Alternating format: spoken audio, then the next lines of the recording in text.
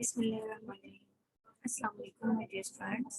Welcome to J English classes. I hope आप सब लोग ठीक होंगे और आप लोगों की प्रिपरेशन बहुत अच्छी जा रही होगी। All the best my dear students. वो लोग जो इस चैनल पर न्यू हैं उनको बताते चलो कि BS इंग्लिश थर्ड के और लेक्चर्स ऑल टॉपिक्स की रिकॉर्डिंग इसी चैनल पर मौजूद है।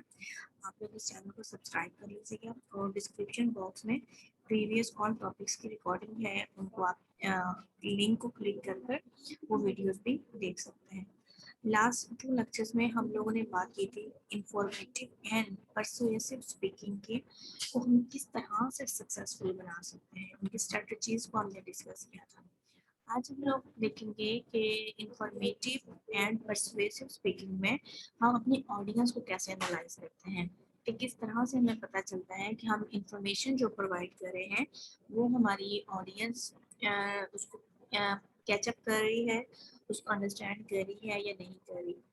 वो इंफॉर्मेशन जो हम प्रोवाइड कर रहे हैं वो किस हद तक स्टूडेंट्स अंडरस्टैंड कर रहे हैं या हमारी ऑडियंस अंडरस्टैंड कर रही है। परsuasive स्पीकिंग में हम ये देखते हैं कि जो हम लोग इंफॉर्मेशन प्रोवाइड कर रहे हैं या जो मैसेज सेंड कर रहे हैं, हमारे जो ऑडियंस है वो उसको किस हद तक कन्वेंस हो रहे हैं उस बात से। तो आज हम उसी में देखेंगे कि हमारी जो ऑडियंस है उसको हम किस तरह से एनालाइज कर सकते हैं। Keeping as much about knowing as much about your audience as you can decrease your chance of making errors. जितना ज़्यादा आप अपनी ऑडियंस को एनालाइज कर सकेंगे आप एरर्स कम करेंगे, क्योंकि जब आपको आपकी ऑडियंस की तरफ से या स्टूडेंट्स की तरफ से फीडबैक मिलता रहेगा तो आपको पता चलता रहेगा कि आपका जो लेक्चर्स हैं या जो आपकी जो कम्युनिकेशन है या जो आपकी स्पीकिंग है वो किस हद तक इफ़ेक्टिव है, वो किस हद तक अंडरस्टैंड की जा रही है और उसका किस तरह से रिस्पॉन्स किया जा रहा है। जब आप इन तमाम चीज़ों का नॉलेज आपके पास होगा तो डेफिनेटली आप एरर्स कम करेंगे। जब आप इन तमाम चीज़ों का नॉलेज आपके पास होगा, इन तमाम चीज़ों का फीडबैक आपके पास होगा, तो आप एनालाइज कर सकेंगे कि कहाँ इम्प्रूवमेंट की ज़रूरत है, मटेरियल को चेंज करने की ज़रूरत है, हमारी जो जिस वे में हम लोग अपनी कम्युनिकेशन कर रहे हैं, इंफॉर्मेशन प्रोवाइड कर रहे हैं, उसका चैनल चेंज करने की ज़रूरत है, कोई कंपोनेंट चेंज करने की ज़रूरत है या क्या चेंजिंग है या किस हद तक इम्प्रूवमेंट की ज़रूरत है। The group of people to whom you consistently speak needs less analysis than a new audience. अच्छा, जिन लोगों को आप पहले से जानते हैं या जिनसे आप कंटिन्यूसली बात कर रहे हैं उनको एनालाइज करना आपके लिए आसान होता है, लेकिन जो न्यू ऑडियंस होती है उनको एनालाइज करना मुश्किल होता है। फॉर एग्जाम्पल, मैं आप लोगों को पढ़ा रही हूँ तो आप लोगों के कमेंट्स से, आप लोगों के फीडबैक से मुझे पता चल रहा होता है कि आप लोगों को किस हद तक लेक्चर जो है वो अंडरस्टैंड हो रहा है, किस हद तक आप उसको कम्प्रीहेंड कर रहे हैं। लेकिन जो मेरे न्यू ऑडियंस आएगी या मेरे न्यू स्टूडेंट्स आएंगे तो जब तक मुझे वो फीडबैक नहीं देंगे मैं नहीं जान सकूंगी। इसकी दूसरी एग्जाम्पल आप यूँ लें कि जब टीचर क्लास में पढ़ा रहे होते हैं तो वो स्टूडेंट्स के फेस एक्सप्रेशन से, ठीक है, और उनके तासुरात से, उनके आई से जज कर लेते हैं कि बच्चों को, स्टूडेंट्स को उनकी बात किस हद तक समझ आ रही है और मजीद उनको किस हद तक इम्प्रूवमेंट करने की ज़रूरत है। For a new audience, you have to make a complete analysis by considering the following things. जब आपकी न्यू ऑडियंस आपके सामने आती है तो आपको नीचे 3 थिंग्स बता दी गई हैं, आपको इनको माइंड में रखते हुए अपनी ऑडियंस को एनालाइज करना है।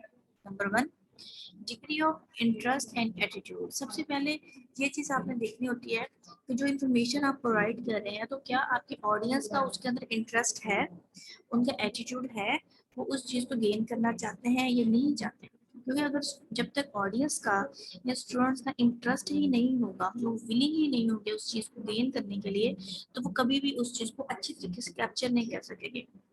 For informative speaking, you have to know how much your audience knows about the topic of your speech. तो जब आप इंफॉर्मेशन प्रोवाइड कर रहे हो तो सबसे पहले आपने ये देखना है कि आपकी ऑडियंस किस हद तक उस टॉपिक को जानती है। अगर वो उस टॉपिक के बारे में नहीं जानते तो पहले आप उनकी ब्रेनस्टॉर्मिंग करेंगे, आप उस टॉपिक के बारे में इंफॉर्मेशन देंगे, उनको आप बैकग्राउंड नॉलेज बिल्ड करेंगे और उसके बाद फर्दर इंफॉर्मेशन आप ऐड करेंगे। This will allow you to skip the basic information and go for more advanced explanation. अच्छा, अगर आपकी ऑडियंस पहले से उस टॉपिक के बारे में जानती है, उनको उसका बैकग्राउंड पता है, तो आप क्या करेंगे कि बेसिक इंफॉर्मेशन नहीं देंगे उन्हें, बल्कि आप उससे आगे वाली इंफॉर्मेशन एडवांस लेवल पर चले जाएंगे और एडवांस लेवल पर उसकी एक्सप्लेनेशन देना स्टार्ट कर देंगे। और जब हम परसुएसिव की बात करते हैं तो उसमें हम देखते हैं, for persuasive speaking you must know that how much of your audience likes the topic of your speech and how many are against it। जब आप परस्यू कर रहे होते हैं तो इट्स मीन कि आप अपनी ऑडियंस की लाइकनेस और डिसलाइकनेस को देखते हैं।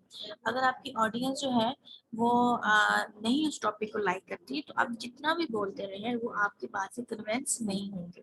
लेकिन अगर आपकी ऑडियंस उस टॉपिक को लाइक करती है, उनका फेवरेट टॉपिक है, तो आप बहुत इजीली उनको उस चीज़ को एक्सप्लेन भी कर देंगे और अपनी ऑडियंस को एनालाइज भी कर सकेंगे।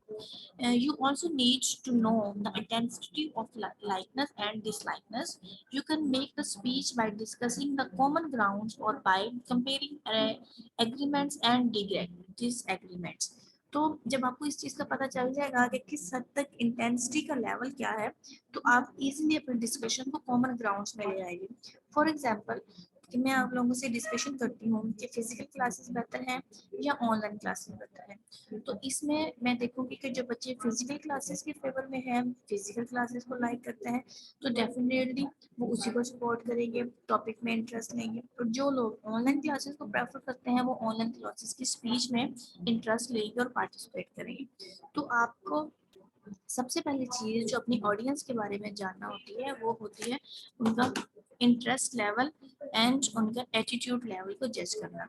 सेकंड थिंग जो है वो आपके पास आ जाती है ओकेजन, कि आप जो किस मौके के ऊपर या किस इवेंट के ऊपर स्पीच कर रहे हैं या अपनी इंफॉर्मेशन प्रोवाइड कर रहे हैं या कम्युनिकेशन कर रहे हैं। Queen is also an important factor to be considered while making informative and persuasive speeches.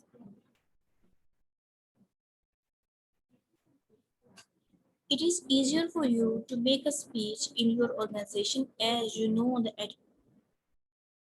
it is it is easier for you to make a speech in your organization as you know the audience of all the people there. However, when speaking outside your organization, then you must spend a considerable amount of work on knowing the audience. अब देखिए कि आपने जब speech करनी है तो आपने उस इवेंट को देखना है कि आपकी जो स्पीच है वो 14 अगस्त पर है, आपकी जो स्पीच है वो किसी एनुअल फंक्शन के ऊपर है, आपकी जो स्पीच है वो किसी रिलीजियस इवेंट के ऊपर है, पॉलिटिकल इवेंट के ऊपर है। तो उस इवेंट के अकॉर्डिंग, उस मौके के अकॉर्डिंग ही आपने अपनी स्पीच को प्रिपेयर करना होता है। नेक्स्ट लास्ट वन पॉइंट है आपका लोकेशन का। Each location for your presentation has its own particular or peculiar physical environment. देखिए जब आप कोई चीज़ प्रेजेंट कर रहे हैं तो आपने उसकी लोकेशन देखनी है कि जब आप जहाँ पे प्रेजेंट करने जा रहे हैं वहाँ पर प्रेजेंट करने के लिए आपको जो मटेरियल चाहिए वो विजुअल चाहिए या ऑडियो चाहिए। आपको जो मटेरियल है वो हार्ड फॉर्म में चाहिए या सॉफ्ट फॉर्म में चाहिए। इन केस अगर आप क्लास में कोई टॉपिक प्रेजेंट करने जा रहे हैं तो आप देखते हैं कि आपको उसके लिए बुक की ज़रूरत है, आपको प्रोजेक्टर की ज़रूरत है, आपको बोर्ड की ज़रूरत है, वाइट बोर्ड की ज़रूरत है, आपको लैपटॉप की ज़रूरत है। तो लोकेशन के अकॉर्डिंग ही आप चीज़ों को अरेंज करते हैं। Location factors include the lecture और table, include the table, timetable, or the physical or the public address system, the physical size of the room, heating, lighting, etc. तो बहुत सी चीज़ें आप उसके अंदर माइंड में रखते हैं कि जहाँ पर आप प्रेजेंट करने जा रहे हैं वहाँ पर रूम की कितनी कैपेसिटी है, वहाँ पर इन्वायरमेंट कैसा है, वहाँ पर लाइटिंग प्रोवाइड की जा रही है या नहीं की जा रही। तो उस लोकेशन के अकॉर्डिंग ही आपको अरेंज करनी पड़ती हैं तमाम चीज़ें। तो ये हमारा आज का टॉपिक था। आई होप आप लोगों को समझ आ गया होगा। बाकी तमाम टॉपिक्स के लिंक डिस्क्रिप्शन बॉक्स में है, आप लोग वहां से जाकर बाकी वीडियोस को भी देख सकते हैं। अगर वीडियो अच्छी लगी हो तो लाइक जरूर कीजिएगा, चैनल को सब्सक्राइब भी कीजिएगा और अपने फ्रेंड्स और फैमिली मेम्बर्स के साथ शेयर भी कीजिएगा। अल्लाह हाफिज़।